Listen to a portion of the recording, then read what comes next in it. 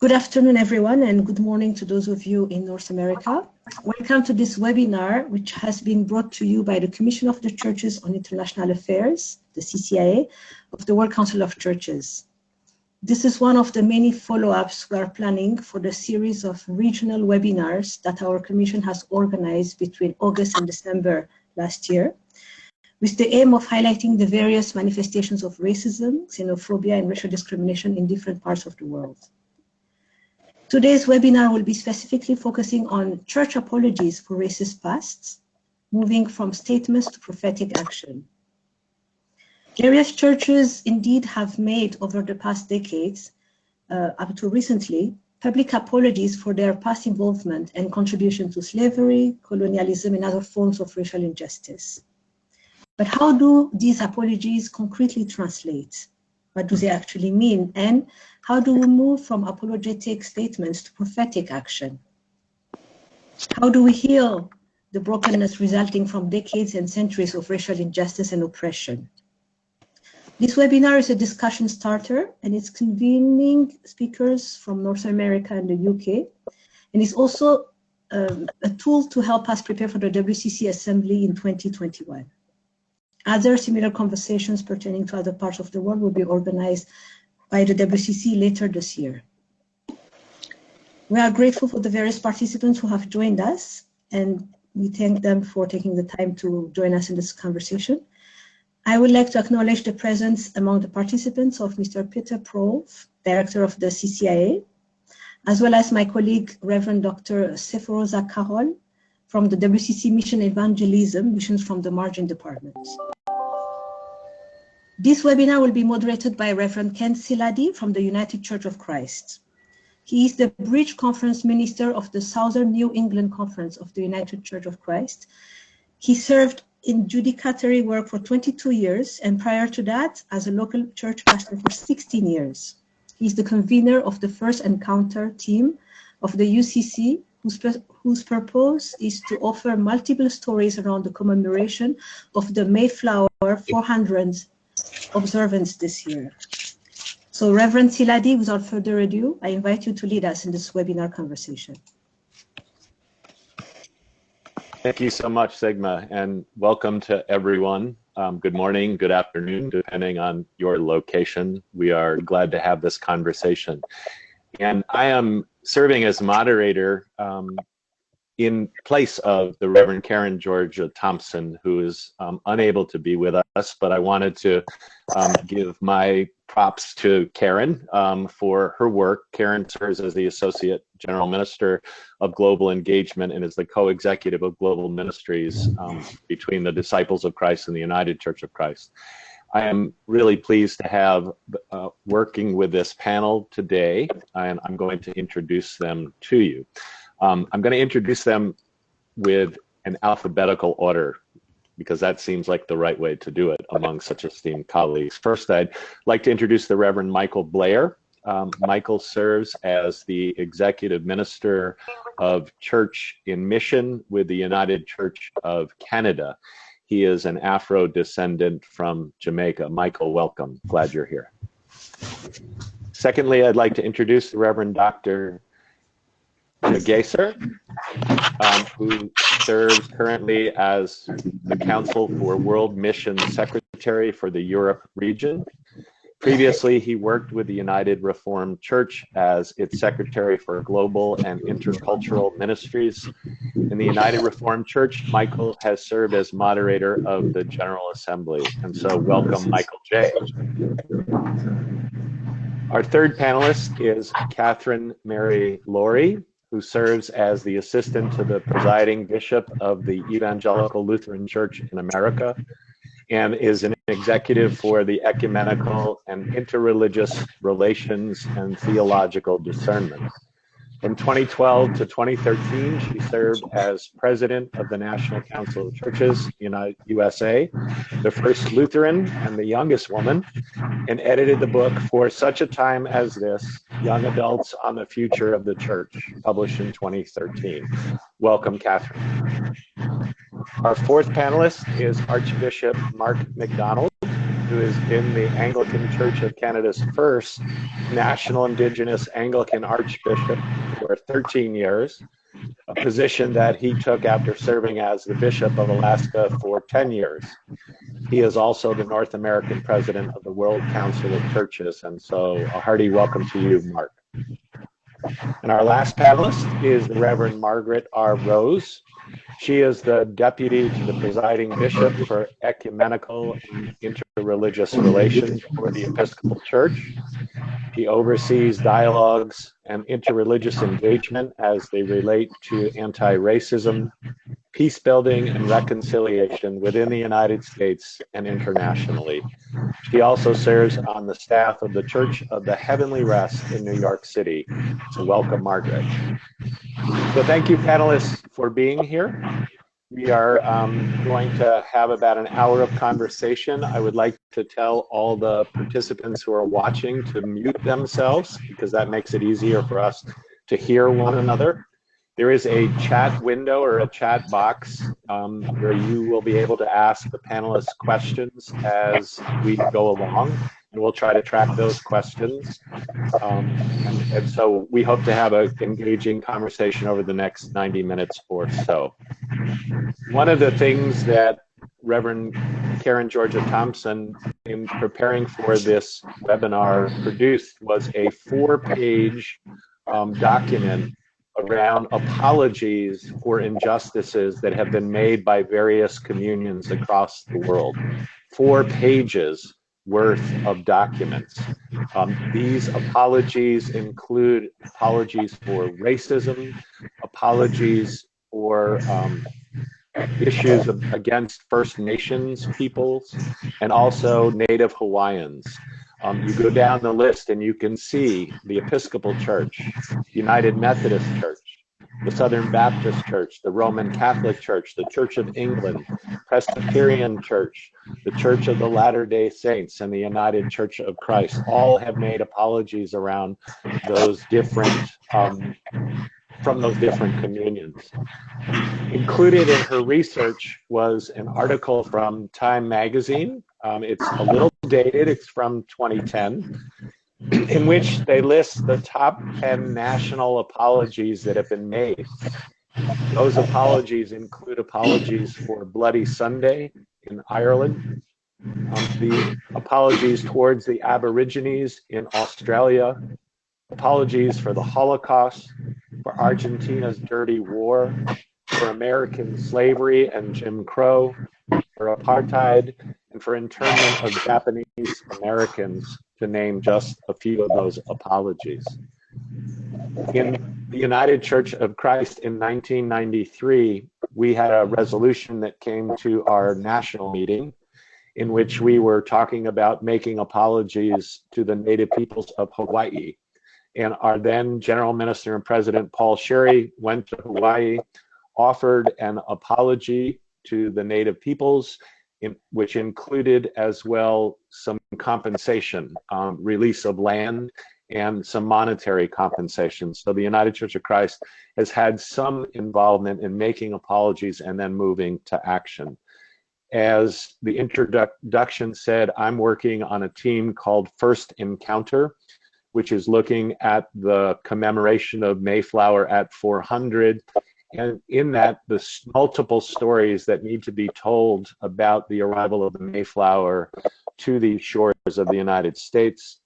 We're concerned about the Mashpee Wampanoag people, the First Nations people known as people of the first light, who were the ones to greet the pilgrims. And there is a movement to have them lose their homeland. So we're working on multiple stories to tell around that. So I'd like to start out with the panelists with the first question. All of us know that at this present moment in time, we find ourselves in the midst of a global pandemic around COVID-19. And so I'd like to invite you from your place, what you're seeing about how racism is impacting either the nation or within your experience of how racism might be at work. And I'd like to call on Michael Blair first to go. Michael. Good morning, folks, and thanks, Ken. Currently, sort of in the Canadian context, there has not necessarily been a lot of racial discrimination related to the COVID.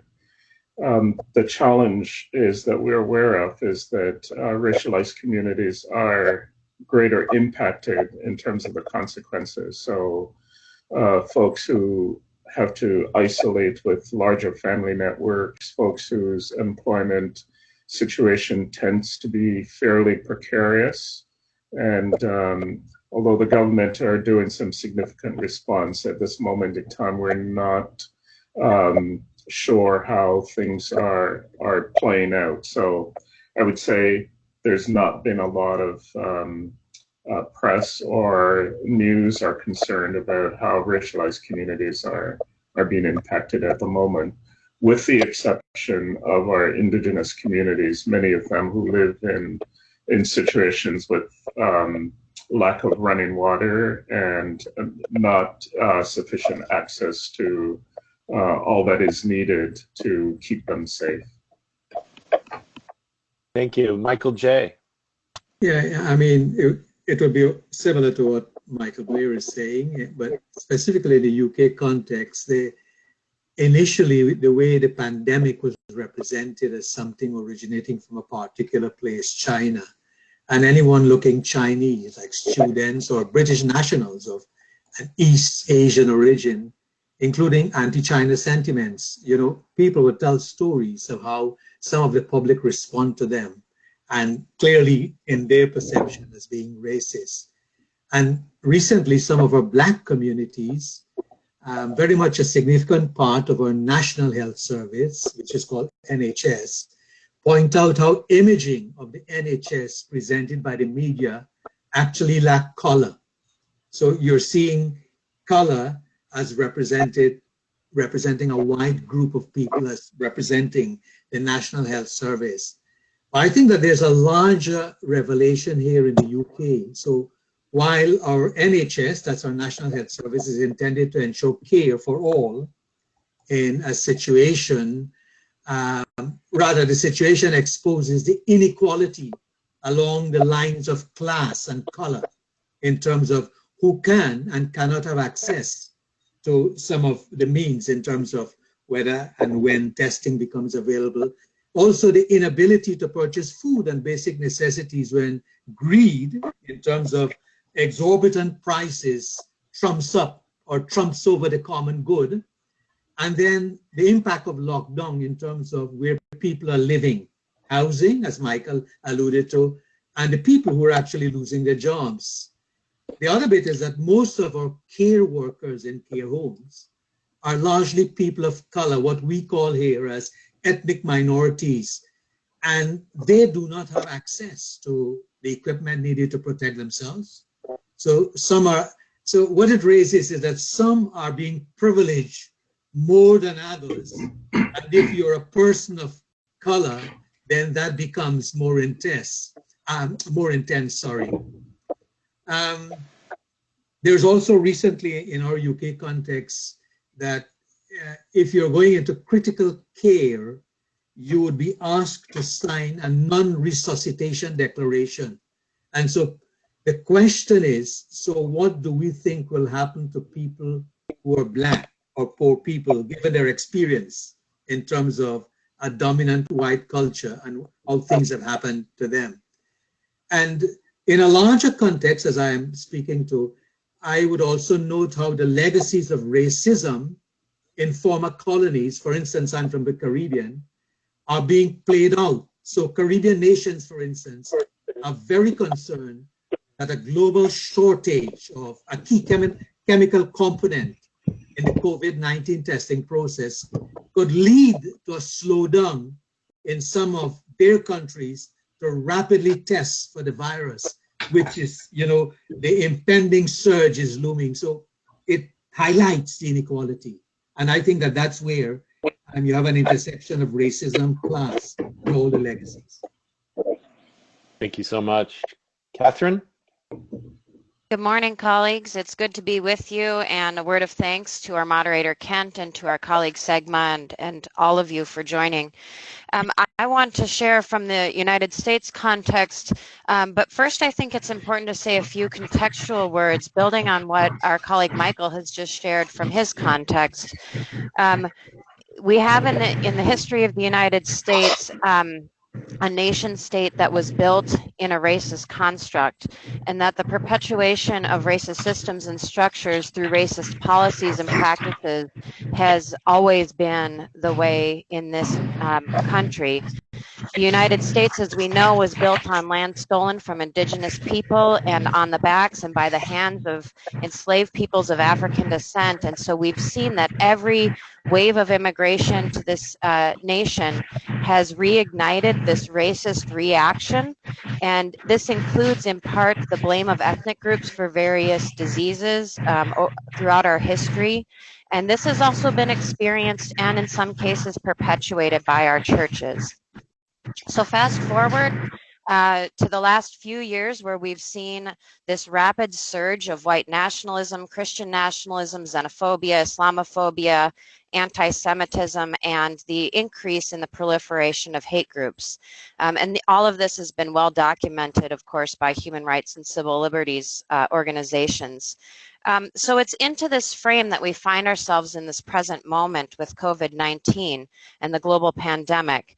And so we know about our work in the surges in these areas that I've just described, that a lot of this is spreading quite rapidly online, in online hate groups and platforms. And so we need to think about, as people are sheltering in place at home, and many of us are spending much of our days online, that is also a setting in which the hatred is being fueled and spreading. Perhaps you've heard even recently of a phenomenon called Zoom bombing, where people join platforms such as this and really spread hate, bombarding participants with messages of hatred and bigotry, and even pornography, and that's maybe one example. So we're seeing in our context both the exacerbation of racist systems and racist acts against all communities of color in various ways, so a continuation of that history, as well as particular forms of racism against people of Asian descent. We have to acknowledge that communities of color in our context are on the front lines of the pandemic, as healthcare workers, as service providers, as people who are serving the communities and really being heroic in their response. These are also some of the communities that are most vulnerable to the coronavirus because of the prevalence of pre-existing medical conditions that make people more susceptible to this respiratory virus. And all of this, as Michael just acknowledged, is exacerbated where there's limited access to health care, including testing, but also healthy foods and healthcare infrastructure and so on. There has been a documented surge of racist acts against Asian Americans in particular, largely in light of the bigoted shorthand that has been used by some of our elected leaders, including those at the highest levels, to describe the coronavirus, and I won't repeat that language here.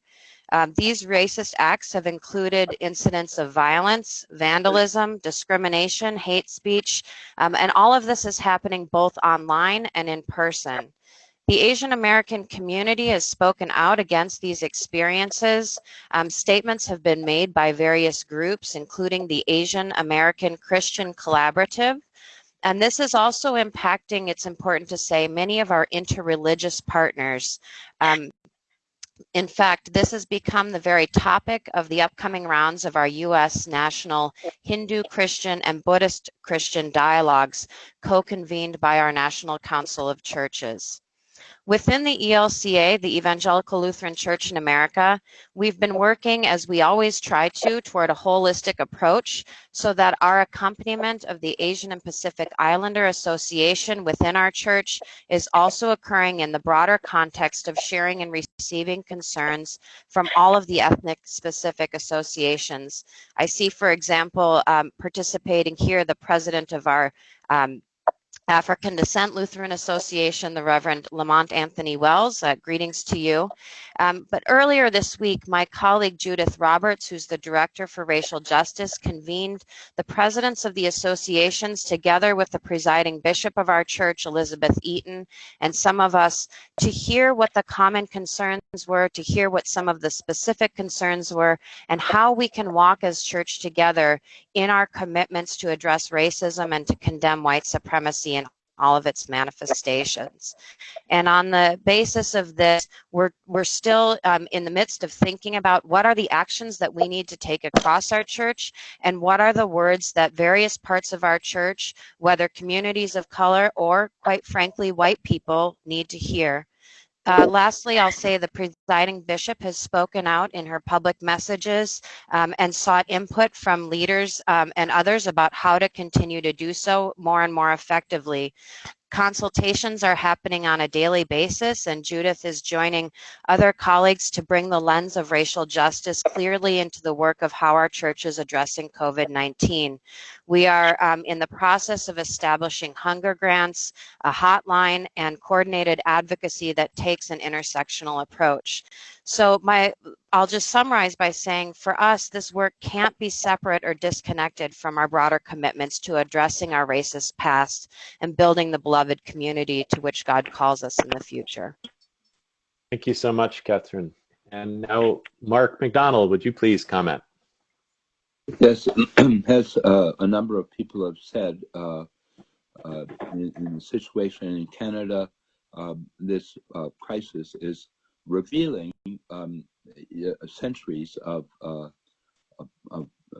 government and church policy that have not even tried to hide, at least in the past, the genocidal interests and purpose of what both government and church were doing. So the vulnerability of indigenous communities is a result of patterns and systems of the principalities and powers that are associated with colonization for centuries, and so this has been this is very difficult and very frightening for our communities. I'm in touch with hundreds of them, and they are quite worried. Although so far there has been no cases of COVID that have shown up. But more particularly, a number of our First Nation communities that are on road systems. Many of our communities are not on road systems, but a number of them have set up blockades to keep people out of those areas. Now, this has been met in many of those places by overtly racist response.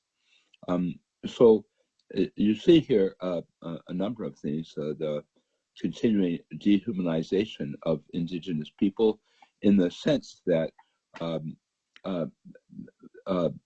it's clear that many of the non-indigenous people in Canada do not acknowledge the right of indigenous peoples to their own land and to their own spaces, and to protect those spaces from other people. So that is, I think, the way that we're seeing most directly the overt and conspicuous racism response, but the ongoing vulnerability and danger to indigenous communities is the result of the centuries of government and church policy. Thank you. Thank you, Mark. Margaret, you're in New York City, which is a place where the COVID-19 has appeared in really significant numbers. What's your observation around this question?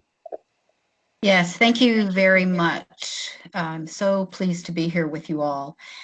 And absolutely, New York City is one of the epicenters of the outbreaks of COVID-19. It's pretty interesting to have a look around the city and see it in its very emptiness, which is quite a different thing from every day. I would reiterate what others have said and add just a couple of things.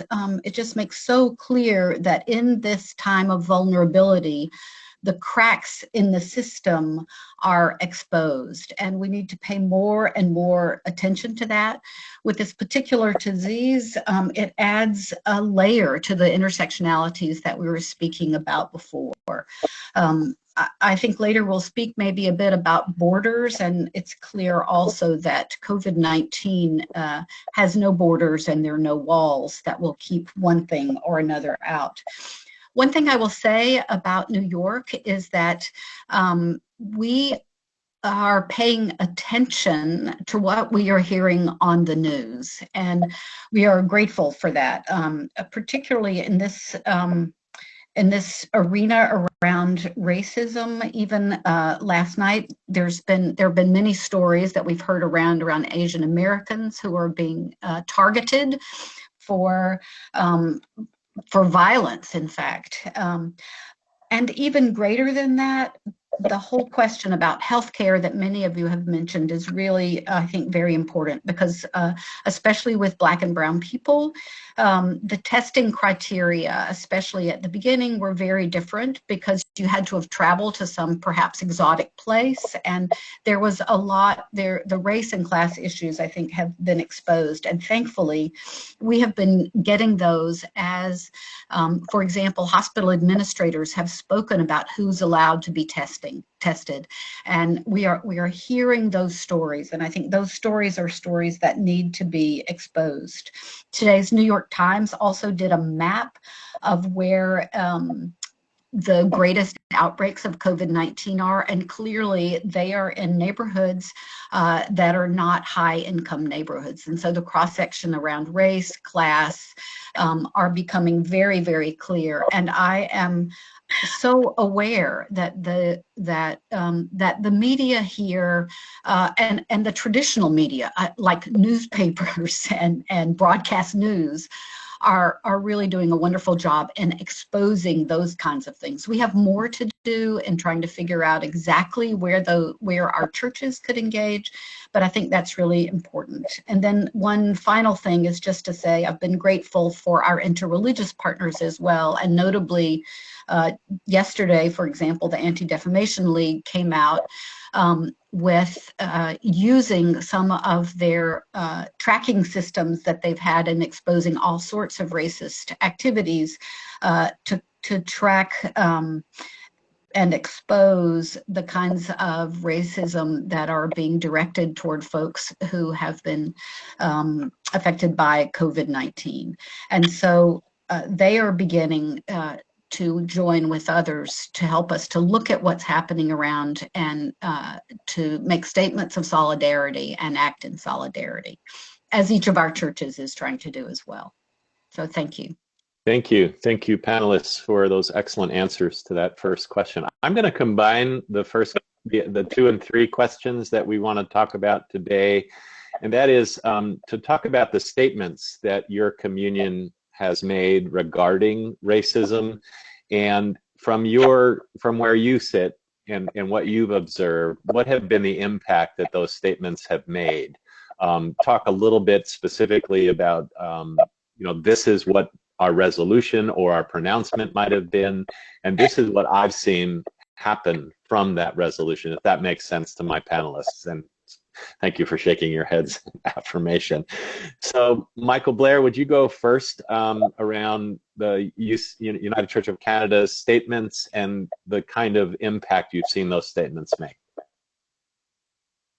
So, I think it's probably a good starting point to sort of think about a little bit the Canadian context, that Canada, in many ways, carries a long legacy of racism and colonialism that in many ways has not been acknowledged. I think our government policy around multiculturalism has blurred the lines around our history and our experience of racism. So issues relating to Chinese who came to build the railroad, issues around the internment of Japanese during the World War, even the acknowledgement that slavery existed in Canada is not something that gets talked about, even though there's a long history of oppression of particular people of color in Canada. It's not something that is uppermost or conscious in the minds of many Canadians. And in the same way, the churches, I think, oops. Is that me? Michael, let me interrupt. I'm sorry to interrupt you for a minute. If you have not muted, if you haven't muted your microphone, it really would be helpful to hear the speakers. We're still getting that feedback.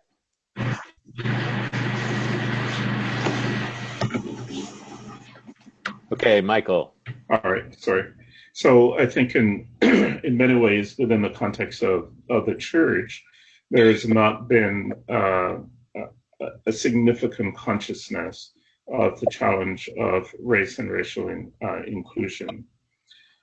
Part of that has been, in some ways, the Black church tradition. If I take the Black church tradition in the Canadian context, the Black church tradition in some way has bought into this notion of it will get better, or by and by, this is just a moment in time and we'll get through it. So you don't find in the Canadian landscape the Black church tradition actually speaking up and advocating for issues around racial discrimination. And that becomes a significant challenge in dealing with the issue. And then, for instance, in the Black church tradition, Black churches aren't involved in any way, shape, or form in the larger leadership in the life of Christianity within the context of Canadian. So there's a rich, strong Black church tradition, but when you come and look at the kind of places where Christian leadership exercises itself, it's missing. And that's an important context. However, in the Canadian context, the conversation about the relationship to the Indigenous peoples of this land is a conversation that has happened and is continuing to happen in the broader context. We've just come out of a period of a Truth and Reconciliation Commission process that have highlighted the challenges of Indigenous peoples in this land. What's interesting is that when the process started, most Canadians and most church communities, with the exception of church communities who have been impacted because they ran residential schools, stayed away from the process because they didn't see it as a Canadian problem. They saw it as a Indigenous people's problem. And it took a while over the course of the 6 years for the larger Canadian context to begin to understand, and for churches beyond those churches who ran residential schools, who in many ways came to the table because they had to, they didn't have a choice, to begin to understand that it's not a Indigenous people's problem, it is the problem of the nation as a whole. And so in the United Church context, we've made apologies. We've made two significant apologies to the Indigenous peoples, one in 1986, which was a broader statement around our colonial practices of alienating and not being attentive to the reality of Indigenous communities. And in 1998, we made a specific apology around our role in the residential schools. What is interesting in the United Church context is that the indigenous communities within the United Church have not yet accepted the apology. They have acknowledged that the apology has been offered, but they've not accepted. And when we come to talk later, I think it's an important piece to lift up that the community, in fact, said to us, until you live into the reality of what that apology means, we're not going to accept it. And so they have invited us into a place of beginning to think about, so how do we live in the apology? We can't, it's the apology as the indigenous communities receive it. They basically said it can't be just words. It has to have mechanism, and I can talk later about some of the mechanism, and Bishop Mark can talk more in terms of from the Anglican perspective, but even a larger indigenous perspective in the Canadian context. When it comes to anti-Black racism in this country, we have not apologized to Black folks in this country about the racist policies and practices that have not only been perpetuated by the political system, but by the church system.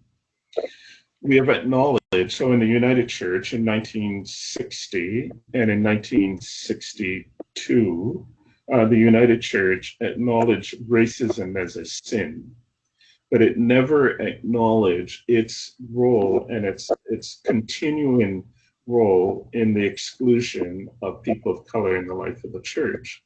So for instance, our first Black moderator was, when he was to be ordained, no congregation wanted him. He was a person who grew up in Toronto, which is one of the most diverse system, but no congregation wanted him. And in order to facilitate his ordination, the church had to create, the national church had to create a specific positions for him. This was in the 70s. It ain't changed, sorry. It hasn't changed. And in fact, when you look at where Black ministers serve in the United Church, very few, there's over 60 plus Black ministers in the United Church. Very few of them serve in communities where there are Black people. So in the city of Toronto, for example, with the exception of our migrant ethnic Black congregations or language and cultural specific communities, there are no Black ministers in any of our congregations in the city of Toronto. So one of the challenge for us then is to, which we have begun. So in 2018, at the end of our general council, which is our highest decision-making body, just before the last item on that docket, a conversation started around the experience of racism that ministers of color and people of color experience in the life of the church. And that took over. Our meeting went almost 3 hours overtime to have that conversation. And that has raised, I think, in the consciousness of the church that they cannot hide behind the fact that because there are Black ministers in the church, somehow the church has dealt with the issue of racism. And so we're in the midst of a conversation now about the need for an apology to Black folks in the church around the ways in which our policies and practices continue to support a white supremacist kind of notion. And so it's forcing us to say, we have to look at, we can't just say, we can't look at behaviors. We have to look at the systemic ways in which the way we work continues to exclude people and why that is. So what are the biases? And in some ways, we have to also admit the fact that we need to be in dialogue with the larger Black community outside of the church context, who are pointing to the ways in which Black folks continue to experience marginalization and the impact of racism and colonialism in the country. So I think for us as the United Church of Canada, we're in a process now, consciousness raising, and through the lens of the UN decade for people of African descent, some significant work has begun. So we hope in the next couple of years there may be a formal apology that would come through our church processes. I'll stop there. Thank you, Michael. I was particularly struck by your comments regarding making an apology and figuring out that was what we needed to do, and then the people on the receiving end of the apology saying there's much more needs to be done. It can't just be empty words. There have to be actions that, and we'll get into that some more, but thank you for that provocative comment. Michael J., please. Okay, thank you very much. I mean, the Canadian context is different from that of the United Kingdom. I mean, the British or Britain or the English is always have difficulties apologizing. And some would say because of its historical colonial legacy outside of Britain, but mindful that they're Welsh and Irish and Scottish, and they can tell similar stories, but not same. I think I need to say that I'm participating in a personal capacity because I am straddling two areas. The fact that I'm a minister of the United Reformed Church and that I have worked in the role similar to Michael Blair, and as Kevin Snyman, my colleague is there, that had this brief about racial justice and intercultural ministry, and now with the Council for World Mission. I'm not speaking on their behalf, but I can say this, that ever since its inception, the United Reformed Church is a uniting, reforming church that came into being in 1972.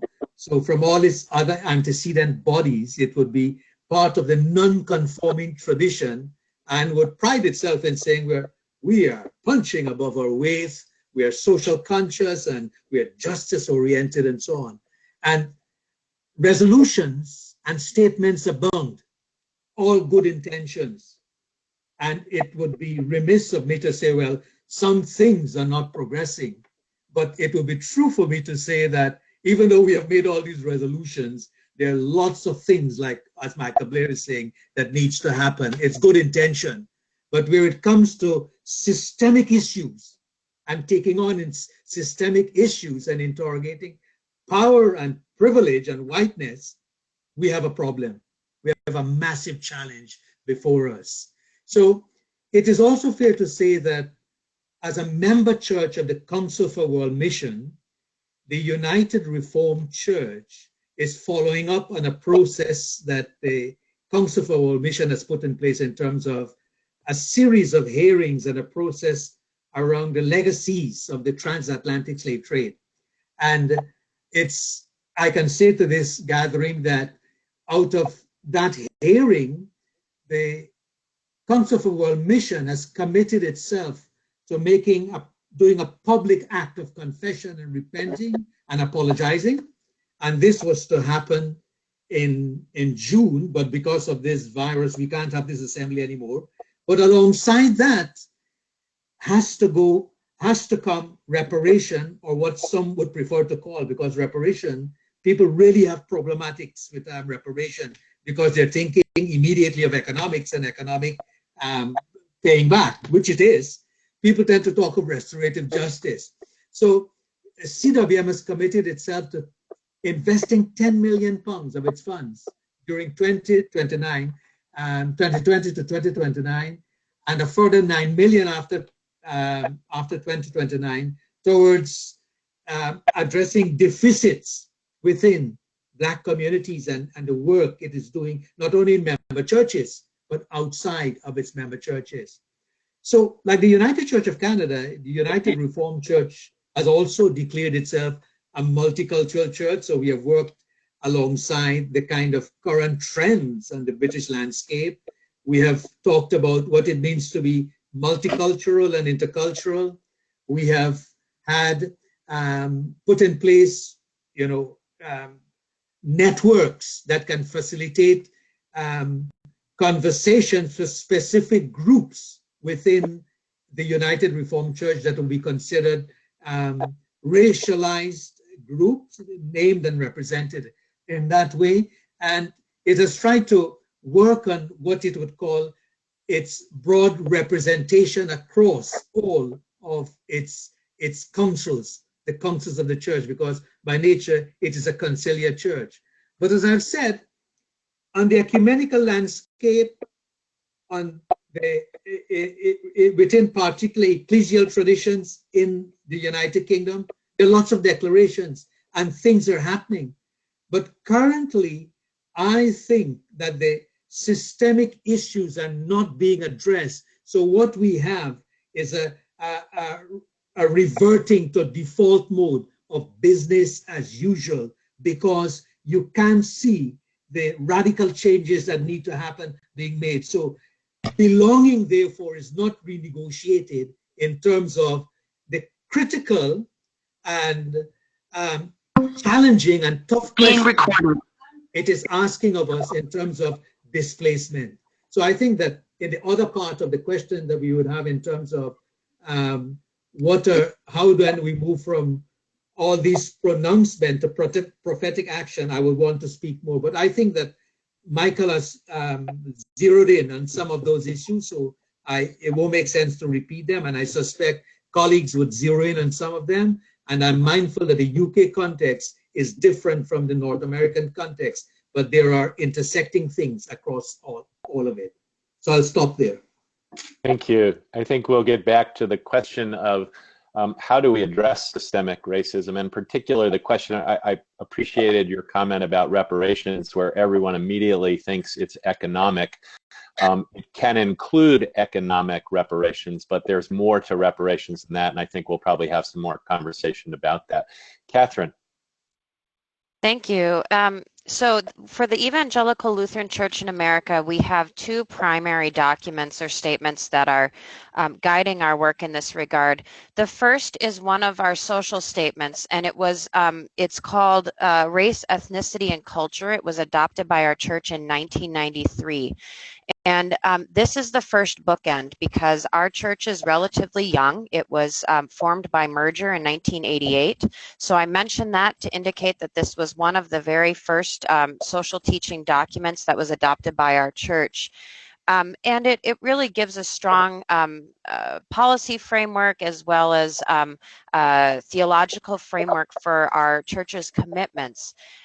That document has also been used then as a lens on a number of our other social teaching documents that have been developed in more recent years on topics like criminal justice, economics, health and healthcare, sexism, gender-based violence, disabilities, homelessness, and HIV and AIDS. So that first document, that first social statement on racism is really the first bookend. Then fast forward to last year, our church adopted a declaration to people of African descent. And that document, Segma, if you're able to pop that into the chat, that would be great, and people can take a look if they like. That document really mirrored some of the earlier work of the church, and specifically a declaration to the Jewish community repudiating Luther's anti-Judaic writings. But really, that document both named the church's confession for its complicity in racism, including in the history and legacies of slavery. It lamented that, and it sought to articulate how we would then seek to both right that and right our relationships within the church and in our broader society. That document, A Declaration to People of African Descent, was accepted by the African Descent Lutheran Association, but it's important to say that acceptance came hand in hand with a significant call for accountability that that had been lacking and in some ways still is lacking. All of that took place publicly in the context of our church-wide assembly last year, and if you're interested, there are videos of all of that that can be shared. It's important for me to say that this declaration to people of African descent then becomes part of a corpus of social teaching on relations. So this is now one of 4 declarations we have on ecumenism, as I said, Jewish relations, interreligious relations, and now people of African descent, and currently in development is a declaration to the Muslim community that would be the 5th. I also want to mention, in addition to those 2 key documents for us, are some of the statements of the Lutheran World Federation, our global communion. When the martyrdom of the Emmanuel 9 in Charleston, South Carolina took place in June of 2015, our LWF Council was in session. Our presiding bishop is part of that council, and the Lutheran World Federation also responded by issuing a statement on the sin of racism, and then last year issued a statement commemorating the quadricentennial and the complicity of Lutheran churches globally in the slave trade. So what impact have these statements had? Well, you know, it's important to say that social teaching has a really significant role in the Lutheran tradition, and of course in the ELCA. And the fact that we have these 2 documents is really a significant indication of both our self-understanding as well as our aspirations. But quite frankly, the direct impact of these is really difficult to assess. And I would say that that's in part because, like some of my colleagues have already named, and I know some of my colleagues will resonate also with this, a lot of this work over time has been siloed. It's been seen as specialized or separate from or sidelined or assumed wrongfully to be the work of communities of color, when in fact it really is primarily the work of communities of white people to address their own complicity and how they change their actions and behaviors. You know, there are some examples of perhaps some residual impact that we could share. So for example, when our churches were in dialogue with the African Methodist Episcopal Church in the 90s and the African Methodist Episcopal Zion Church in the 2000s, our engagement in those relationships was careful to include leaders from the African Descent Lutheran Association and the Conference of International Black Lutherans. And as we continue this work, we need to be absolutely careful to continue in that vein, because who's at the table and the experiences and expertise they bring really do matter. So we can think about this moment in June of 2015 when our nation in the United States, but also globally, was really woken up in light of the martyrdom of the 9 people engaged in Bible study at Mother Emanuel African Methodist Episcopal Church in Charleston, South Carolina. But for us as the ELCA, that was a particular wake-up moment. And it was, some of us were waking up much later than others in our church who had been daily experiencing this. But you had the shooter, Dylan Roof, who was raised in a congregation of our church, and then you had 2 of the pastors who were slain, Reverend Pinkney and Reverend Simmons, who were graduates of one of our seminaries, Lutheran Southern Theological Seminary. So on both sides of this massacre and martyrdom, our church was present in different ways. And so we had to really begin to, many of us, and I will name the we there as the white part of our church, had to really begin to wrestle with what does this mean, and how do we understand this as not only part of our legacy, but as part of our current life as church together. And so there has been a surge of education, advocacy, and action across our church that's been strongly supported by our racial justice ministries from the church-wide organization directed by Judith Roberts. So we've seen some really important activities and actions.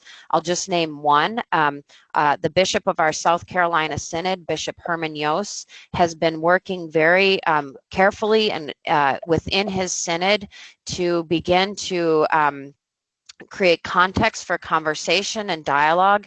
So for example, with many of the congregations in that synod, he's using the documentary film Emmanuel to begin, which is a documentary film about the martyrdom, to initiate some conversation about both what happened and also how we see ourselves in that continued narrative, both as complicit and as wanting to seek a better reality. But then also with our African Methodist Episcopal Church partners in that area to build bridges of dialogue and cooperation that have long, in some cases, long been there, but need some focused renewal, or in some cases need to be newly established. But generally, apart from that one example, we're seeing a bit of a groundswell of grassroots activity across various parts of the church. I don't want to suggest that this is happening everywhere, because it certainly is not. There's still a lot of areas of inactivity, but this groundswell of activity that is occurring, we're seeing really bubbling up. So when the church adopted a Declaration of People of African Descent in June of last year, then in the context of the assembly where it was presented, we saw a number of other really significant actions taking place. So for example, our church acted to call for a feast day for the Emmanuel 9 to be commemorated every year on June 17th, commemorating these 9 individuals who were shot during the Bible study, but also to renew our commitments.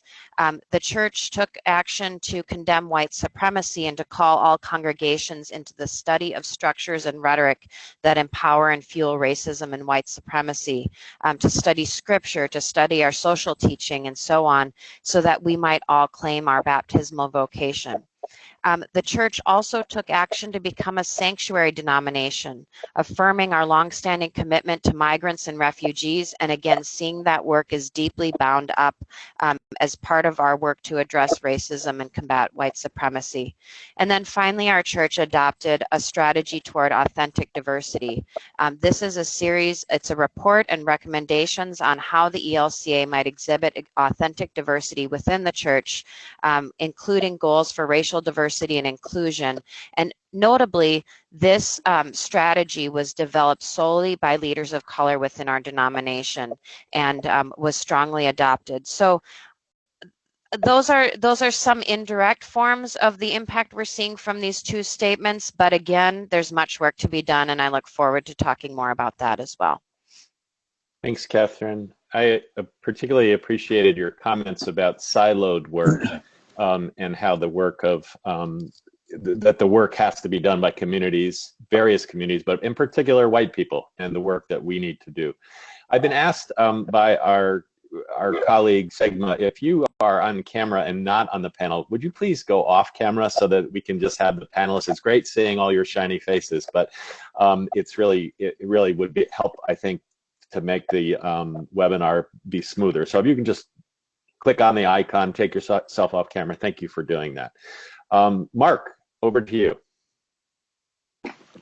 Thank you. I think it's important to say that the apologies that have happened in the Anglican Church of Canada have been in response to our leaders encountering Indigenous people in a direct way, as Indigenous people articulated their pain and also articulated their realization at a spiritual and moral level that this pain was unjust and that it was afflicted by a church that they had come to love, but also realized in many respects, didn't want them to exist. And this reality, the encounter of our leaders with indigenous people, was what set the stage for the apology. I think it is important to realize that this was not a awakening of the church on its own, but it was a response to what was going on among indigenous peoples. And I think that could be said of reconciliation, which I'll say more about in a moment, in Canada as a whole. There have been two major apologies in the Anglican Church of Canada to Indigenous peoples. First, there was an apology for the church's participation in the Indian residential schools, and that genocidal, everybody has agreed on that term relative to it. The genocidal policies that were related to the residential schools over a period of about roughly 150 years. So in August 6, 1993, Michael Pearce, the primate of the Anglican Church of Canada, gave an apology to Indigenous people for the residential schools. The impact of this was immediate. Among Indigenous peoples, it was something that the elders particularly received with great warmth. They, as I've traveled around the country, many elders have pictures of Michael Pearce on their walls, often with the text of the apology. So it had a huge impact on that level, and it allowed Indigenous people to enter into a time of spiritual self-determination within the Anglican Church of Canada that had been spoken about as early as the 1850s on the part of Indigenous leaders. The impact is still working itself out.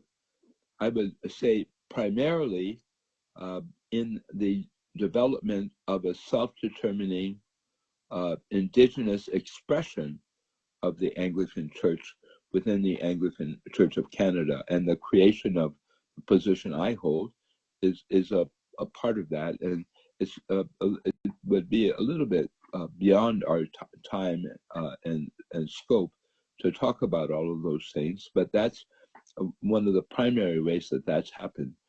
There was an immediate response, negative response to the apology on the part of Archbishop Pearce.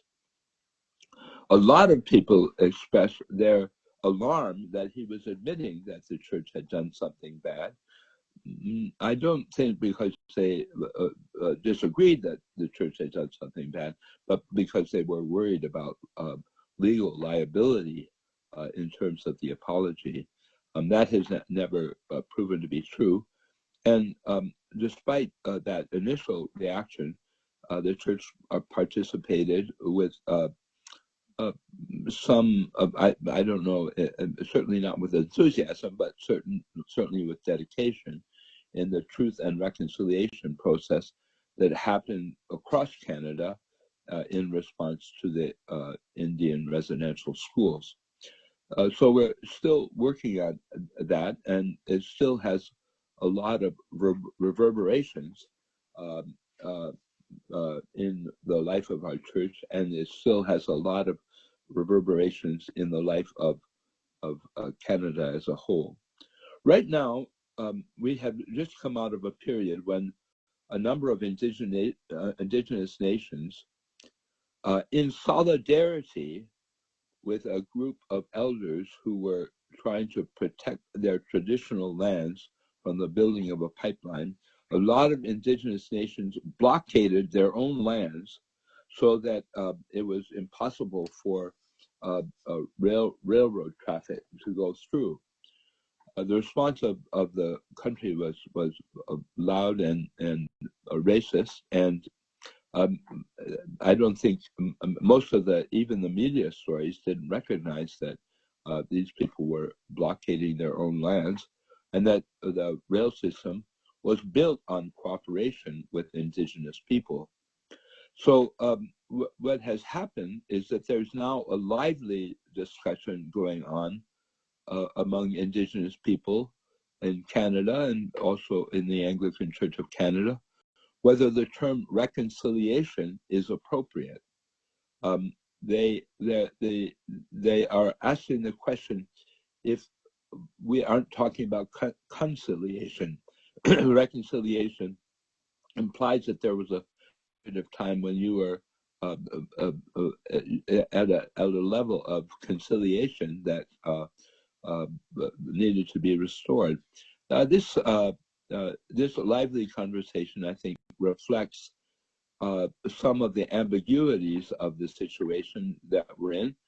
We have made some significant progress, but the progress unveils the deep embedded attitudes and structures within individuals and within communities and within institutions across Western institutions across the land, how these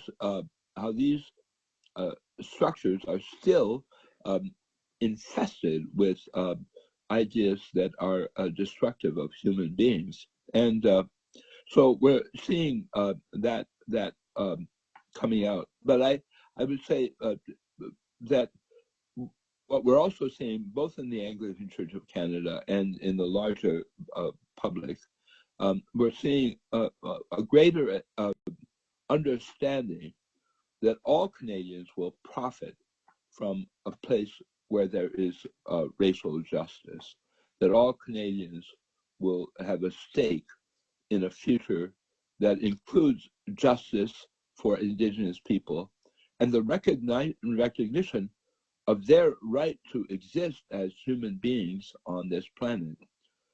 So we will see that unfold. I don't think there is any way that it can stop being unfolded. It may be slowed, but it's going to continue.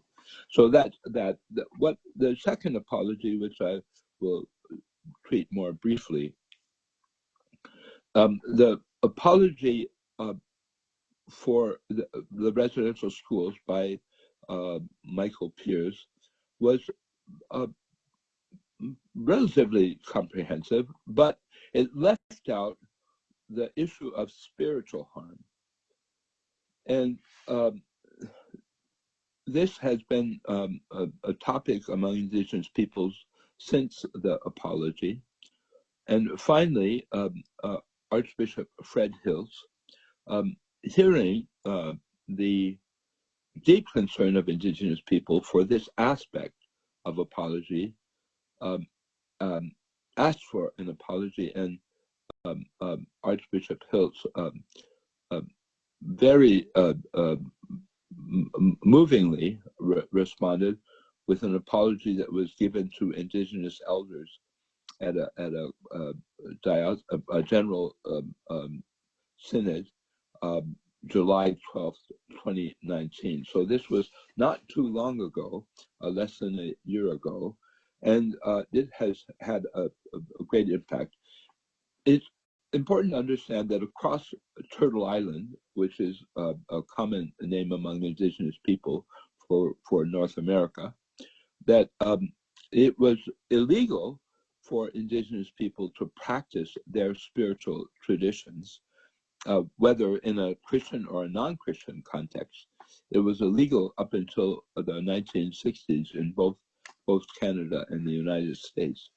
And so Indigenous people had to find various ways to do that. A lot of those ways went underground into indigenous Christian practice, and now they're coming to light in all of the churches, but specifically in ours.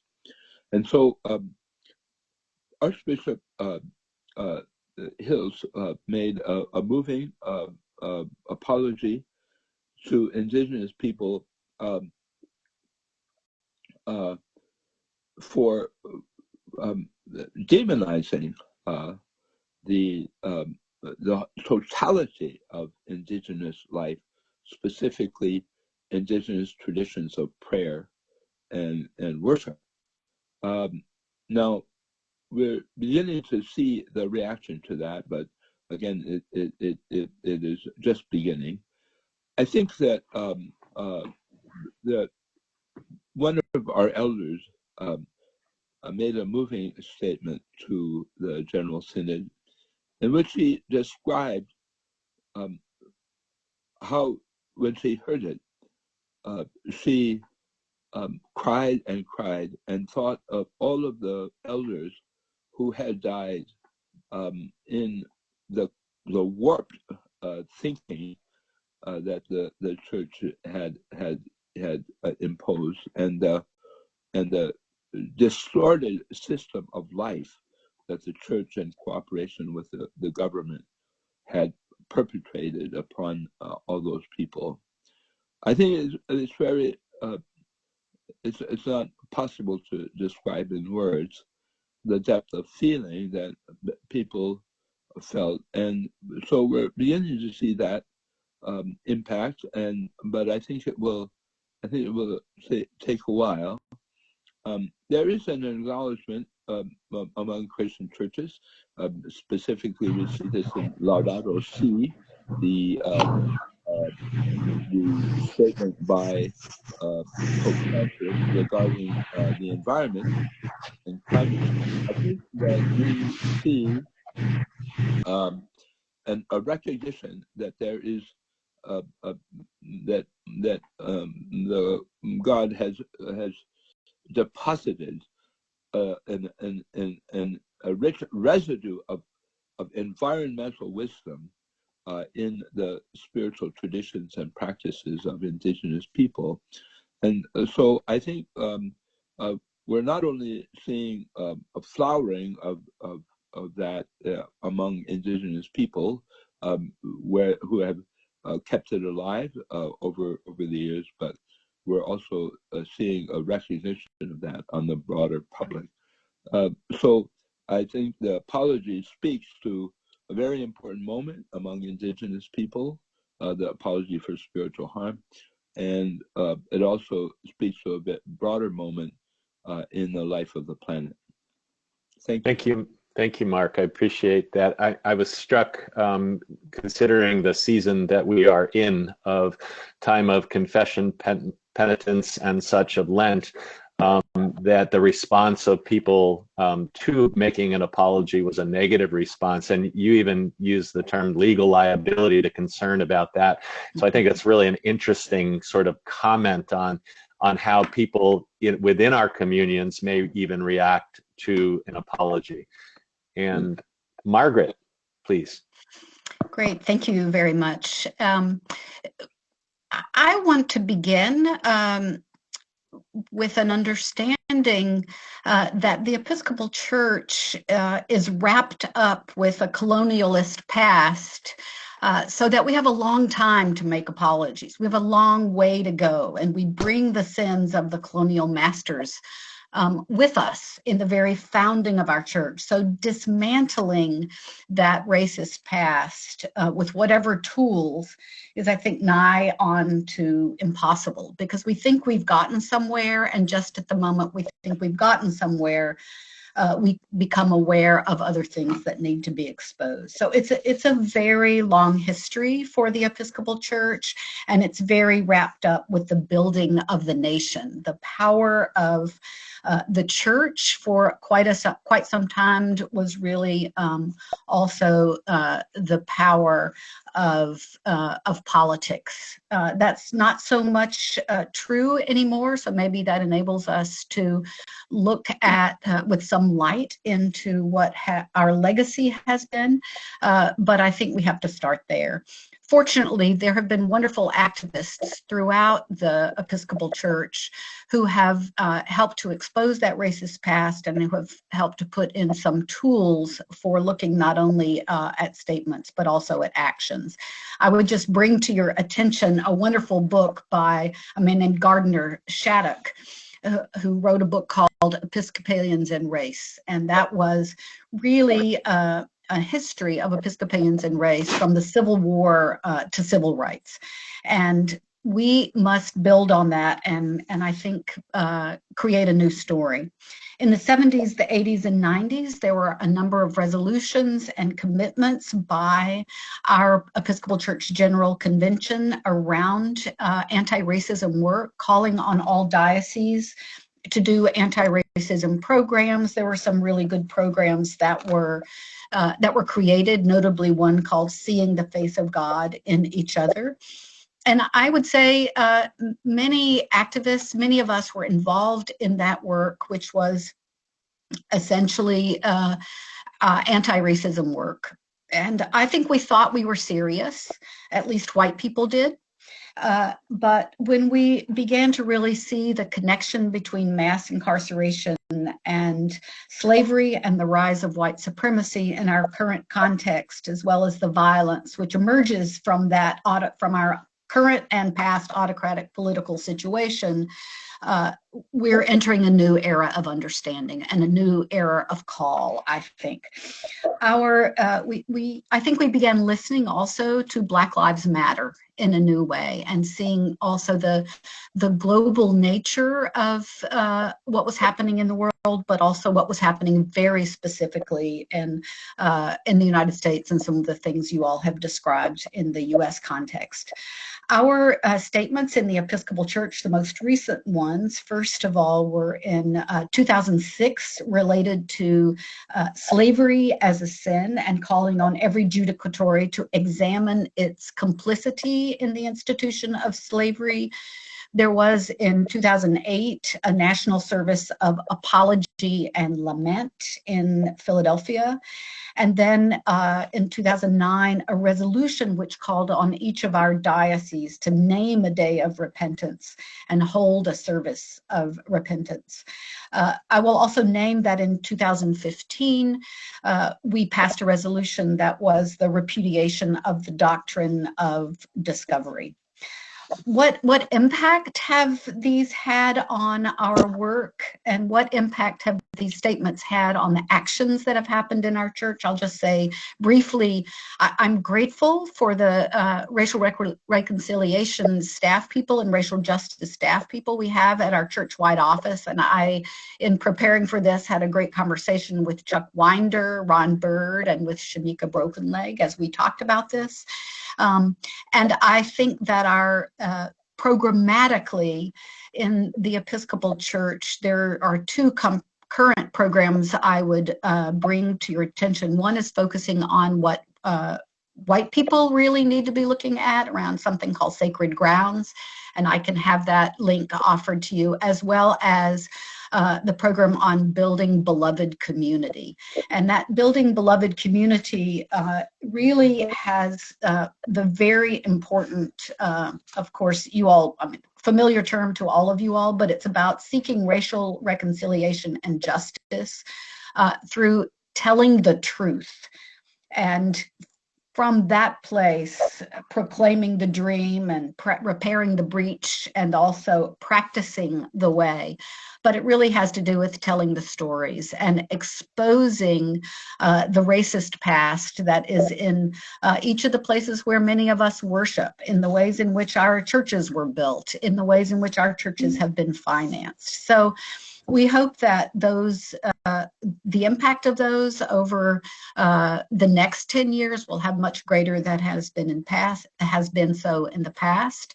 And we want to begin to recognize the ways in which our global transatlantic slave trade, for example, has really affected the way that the Episcopal Church has grown, and we hope that exposing that past will be a way toward a more just future. Thank you. Thank you, Margaret. And the comment about sort of the economic issues around the slave trade are certainly ones that many of our communions are aware of. I know that there is work going on within local churches to look in their own communities and look at the assets that they've developed over the years and how those, where did those endowment monies come from in the first place, and to do some hard looks at that particular thing. We've got about 10 minutes left, panelists. I want to give our audience a chance to ask any questions. Some of you have made some comments, which we do appreciate. But since we don't have any questions up on the thing, I'm going to throw out a question for us to sort of attend to as you want to, panelists, comment. I'm interested in how we get to systemic change. We've talked about making pronouncements. We've talked about the difference between making a pronouncement and moving to action. How, in your observation and work, have you seen systemic change brought about? What is it that we need to do as the church to bring systemic change, not to other institutions, but rather to the church itself? Any thoughts or comments about how do we make systemic change move from a resolution? What are the things we need to put in place? What are the kinds of changes does the system need to make in order to become what we would hope more reflective of the realm of God? Any thoughts about that? If I can jump in, I think for me there are two things. We need a process of truth telling. I think in many ways we have become reactive to the challenges around white supremacy, the way racial injustice, but we haven't done the work around being truthful about our complicity in the action in churches. So we may name racism as sin, but we haven't really kind of owned the fact that we are racist. And so I think that's one thing. And the second quick thing I would say is that part of the struggle for me is that our approach is so embedded in a colonial mindset. And we're using colonial frameworks to try and deconstruct. And so until we kind of deconstruct ourselves around our colonial mindset around issues of privilege, issues of power, where in fact we may word the fact that we see the other as like us, there's still an attitude of we have something to offer. It's for me, it's like the language of allyship, which is a language that I struggle with. I don't want allies from white folks. White folks need me as an ally because the problem is not mine. The problem is theirs. And so that colonial kind of construct for me is an important way to kind of shift, to actually move to some kind of transformative space. Yeah, so Michael J., go ahead. Yeah. So building on that, because I won't repeat what Michael Blair has said, is that I think as churches, we need a serious deconstructing and reconstructing and interrogation of theology, practices, liturgical theology, worship, what we do in worship. Lots of it, what we call the deposits we have received from the tradition, need to be interrogated to the extent that it needs to be dumped.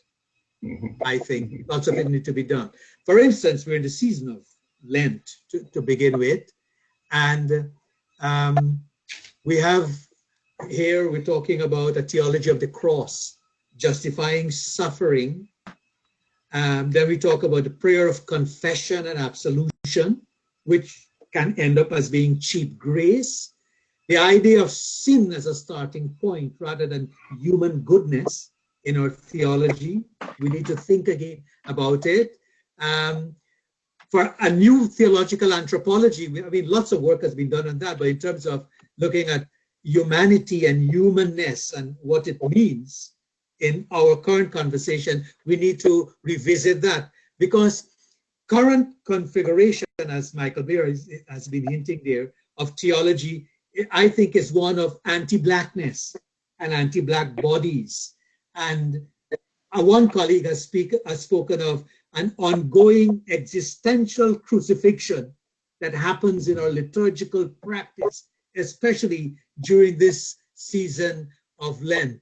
I mean, for instance, a simple thing like we say that Jesus died for our sins. I would want to recraft that by saying he died because of our sins, rather than he died for our sins.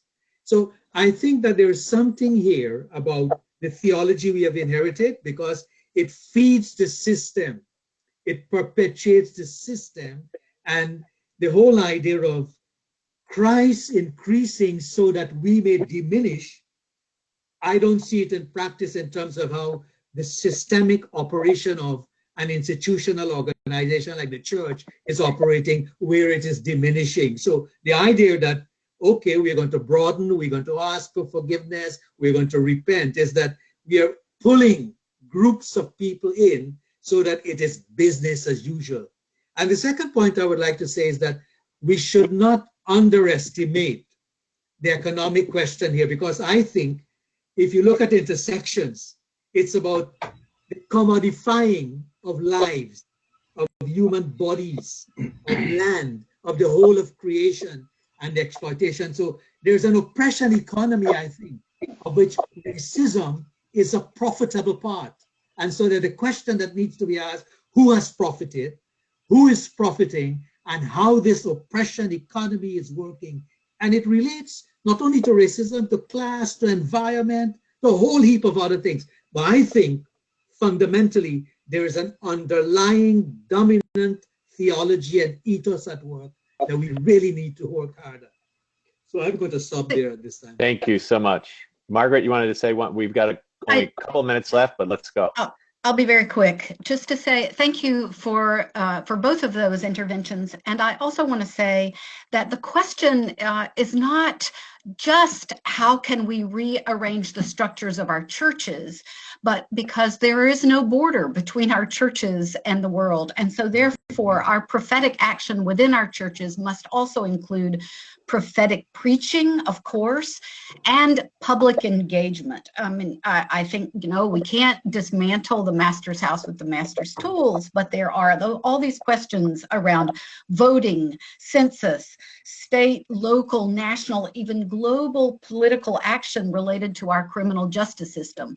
We must empower our people to look at those things within our own churches and in those structures, but to engage them in the world, to see racism, as you just said, Michael, as a theological issue and with a much larger context. But reparations also, they exist within our churches, and also how we want to be activists in the world for those reparations, in fact, to be considered. I would like to add to what our colleagues have shared, and without repeating anything. I mean, I think leadership, and some more courageous leadership is definitely a piece of this puzzle. Staff capacity and dedicated budgets in our churches and institutions, and then the other piece I would name that hasn't been said already is ecumenical accountability and accompaniment, which I think is, of course, what we're doing here today. But also, how can we say to each other lovingly but truthfully, your actions aren't matching your words, and find ways to help each other become more authentic in our commitments. This is Mark. Do I have time? Sure, Mark. Make about 30 seconds, please. All right. Well, I would say two things. First of all, amen to everything that's been said. But second, I think that we have to understand that the forces that drive this change is the reclaiming of humanity by people who have been oppressed, and not by a bureaucratic process. And secondly, I would say as well that we have to make a shift from understanding of sin as an individual beguilement to an understanding of sin as a communal beguilement, that both of those are interrelated. Thank you. We could talk about this for a very long time. And so the time has come, however, for us to close our webinar and this conversation. I believe there are plans for future conversations moving forward. I want to thank the panelists for their contributions and their remarks during this time.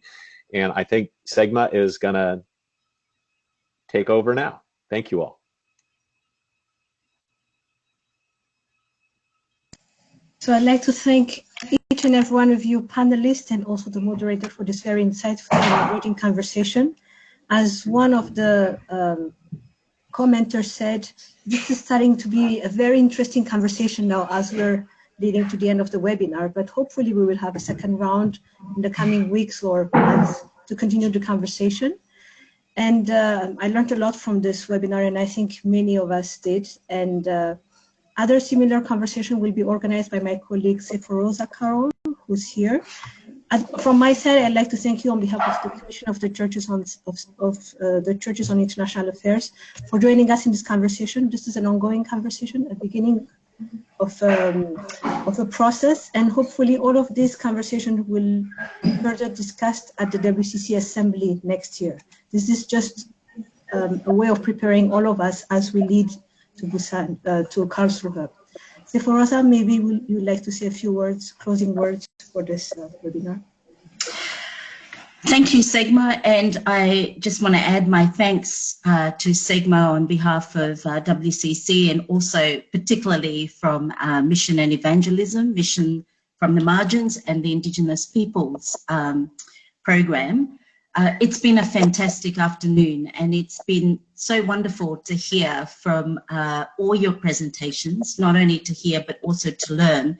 And I'm also very conscious that I work within a field where racism has been embedded in our missiological formulations, and in many ways we are still bearing the fruit of that.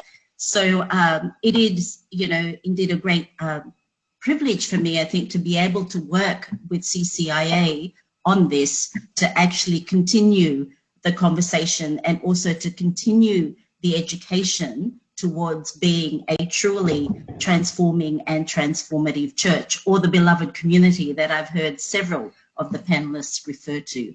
So again, thank you very much. It's been a fantastic afternoon.